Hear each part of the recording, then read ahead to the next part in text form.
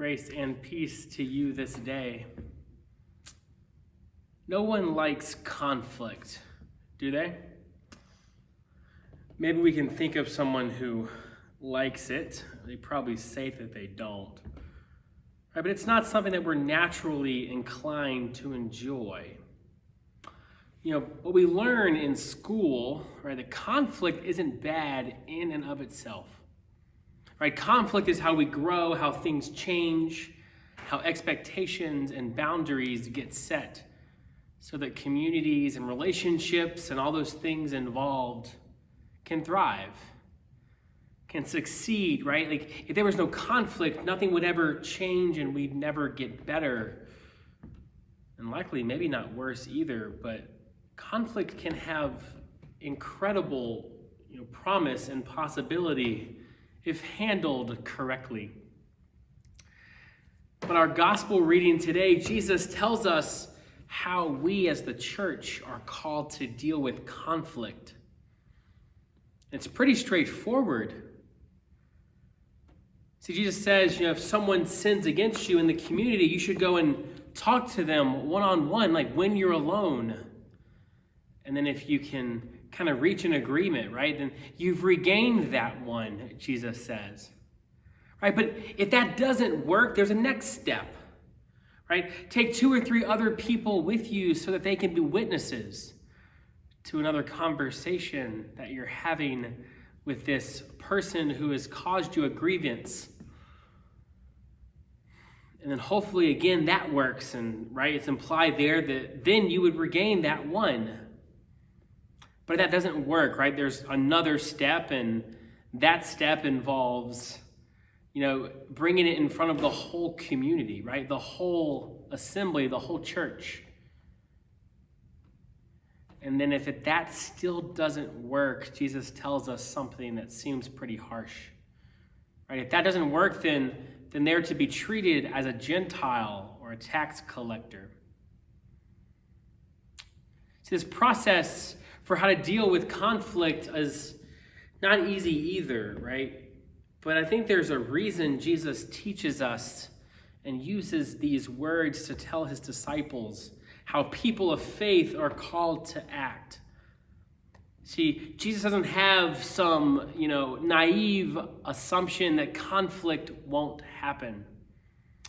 Because when relationships are involved, conflict does happen. You can't avoid it.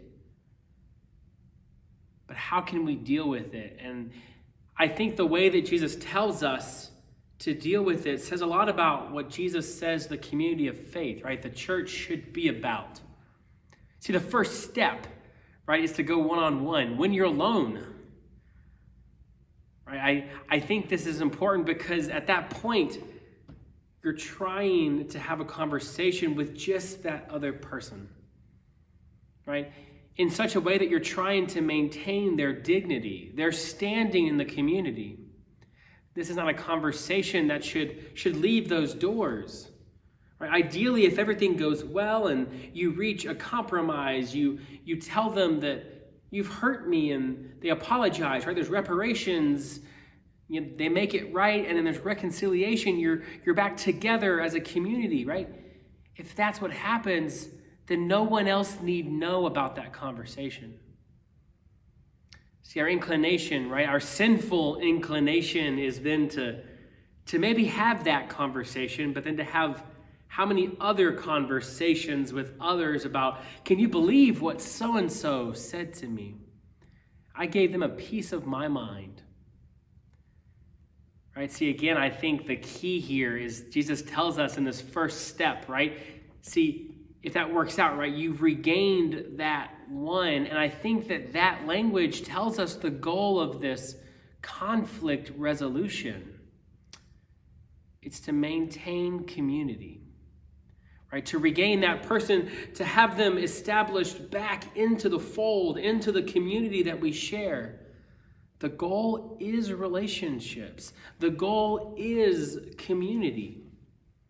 It's not about being right or making sure that they're put in their place or that they feel bad.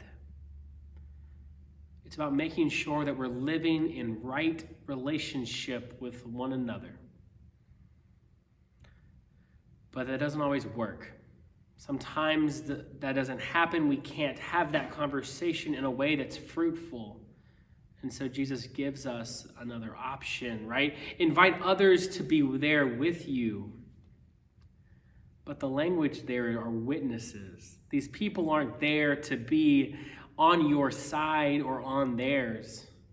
It's not you ganging up on this person who has caused you a wrong or something, right? It's not you telling them, hey, look, all of us are in agreement that you messed up. See, it's people who can give an honest account of what has taken place in this conversation. They're more like arbiters or mediators than accomplices, right? Than your own teammates in this endeavor. Keeps both sides honest. It allows for the honest and direct conversation that might need to happen. But then if that doesn't work, right, you take it to the larger assembly, to the larger community, and at which point it's not great, right? This is an opportunity for someone to feel bad, or worse, to feel excluded from the community. And Jesus even says, right, like, because if this doesn't work, the next step is to treat them like a Gentile or a tax collector. See, that's complicated language coming from the words of Jesus, from the mouth of Jesus, right? I mean, we have to remind ourselves that the writer of Matthew, right, this gospel that we're reading this year is written to a primarily Jewish Christian audience. These are people who are trying to figure out what it means to be Jewish, but also follow Jesus the Christ. What does it mean, and how does our community look, right? The Jewish people have always been a people of identity, and they're trying to wrestle with this new idea of what it means to be them. So Gentiles might not need to have the negative connotation that often comes off our lips when we say it, right? We think Gentiles, right? But Gentiles are just people who are other. People not a part of the community, right? That sometimes the healthiest thing might be that a person needs to leave. But then we ask ourselves, what exactly does it mean to be a Gentile or a tax collector? How does Jesus treat Gentiles and tax collectors? Well, if you remember what's happened so far in this gospel, right? You've got the writer of Matthew, right?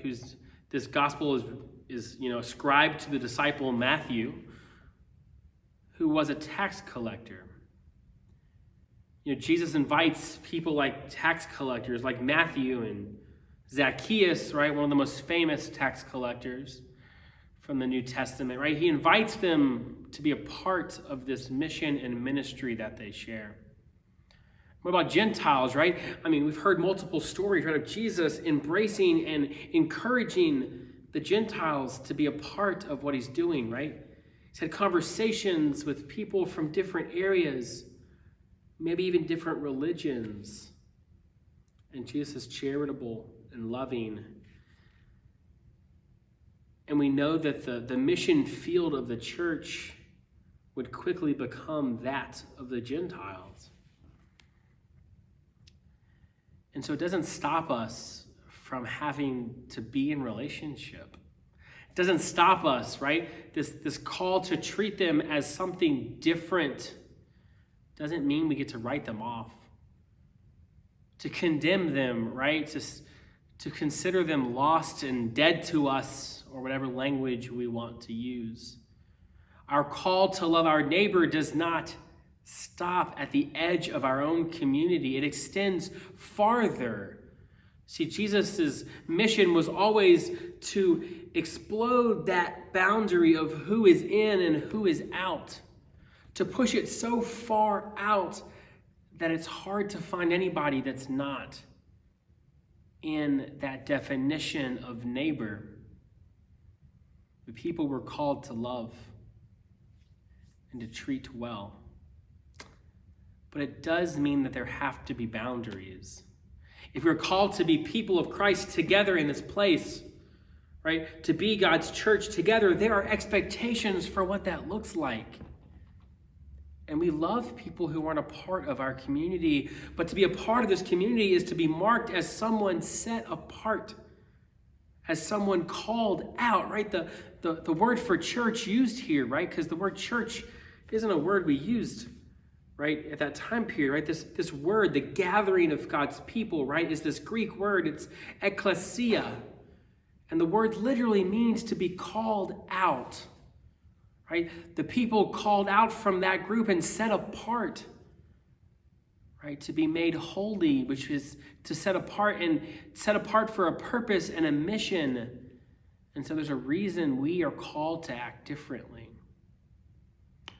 So this particular reading, right, to me is a constant reminder, right? It's a bold reminder that we as God's people are called to act differently than many of the things that we see in our world today. I mean, how quickly do we see people write people off who disagree with them? Right, we give people one chance, and if they mess that up, then we tend to write them off, to separate ourselves from them, to remove and erase that relationship.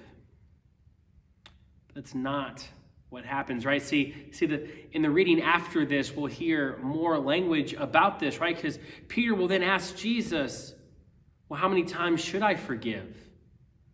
Right? And Jesus will famously say 77 times 7, right? Which is like Jesus saying infinity, right? You keep forgiving. But boundaries are important. Making sure that we know what to expect from others. And knowing that we tend to not always give that respect. Right? The sinful parts of ourselves allow us to see the worst in others when Jesus calls us to see the best. And our goal in conflict resolution, right? Our goal is always to move forward in mission together as a community. And that means this calling of these verses, right? These verses in Matthew have less to do with how to discipline someone or a process for kicking someone out of the church. See, instead, I think this is a reminder of what really matters, and what really matters is relationships. Relationships matter. The church matters. How we treat one another matters, and so we're called to forgive, to seek an avenue of reconciliation, to seek an avenue where people continue to be a part of this blessed and set-apart community so that we can be a better church together. We're called to live differently, to forgive when others might not, to ascribe dignity to others where others might not. So our challenge as people of God is knowing that conflict does happen, that people will feel wronged. Even in this community at Bex, people will feel like things aren't as they should be. Perhaps someone seems to be at fault. Our calling, right? God's calling to us is to remember that that person is a beloved child of God, to treat them with respect, and to seek to fix our community, right? To be in right relationship. And it means we can't be so focused on being right.